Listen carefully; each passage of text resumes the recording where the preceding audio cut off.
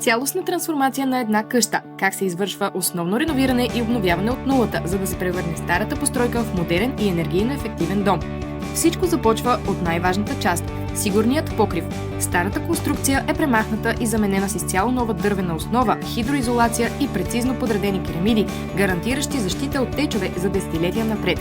Следваща ключова стъпка е същинското саниране. Външните стени се облицоват с висок клас топлоизолационни плоскости. Всеки детайл се дюбелира и укрепва, което драстично ще намали разходите за отопление и охлаждане. Успоредно с външната работа, пълната промяна се случва и отвътре. Изграждат се нови преградни стени, окачени тавани от гипсокартон, финна интериорна шпакловка и съвременни подови настилки. Около къщата се полага нов бетон и се оформят чисти, здрави пътеки, които заздравяват основата и завършват цялостния облик на дворното пространство. След полагането на армираща мрежа и прецизна шпакловка, сградата е готова за своя финален щрих. Полага се екстериорна боя в свеж жълт цвят, който напълно променя естетиката и излъчването на обекта. Резултатът е перфектно реновиран и стабилен дом.